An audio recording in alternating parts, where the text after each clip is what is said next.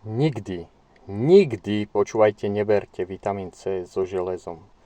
A pozrite sa, čo vám predávajú v lekárniach. A tie doplnky výrobcovia, čo vám ponúkajú. Železo, vitamín C, zlepšuje strebávanie železa. OK. Tu na videu pozrite sa, čo robí vitamín C so železom v tele. Čiže bude vám poškodzovať traviaci trakt, čreva, zhoršovať zápal a bude tvoriť kopu voľných radikálov, čiže poškodzovanie tkaní. Čo chcete viac? Treba sa zaoberať trochu tou biochemiou, čo ako funguje, nie je hlúposti počúvať vitamín C a železo. Výrobcom je to jedno, predávajú vám hoci čo, lekárni je to jedno, vyštudovaná magistra alebo nevyštudovaná o tom v živote nepočula, a keď počula, tak ani nevie, o čo ide.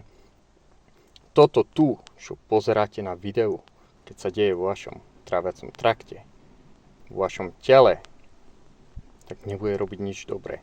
Anémia, chudokrvnosť, ženy na to často akože trpia.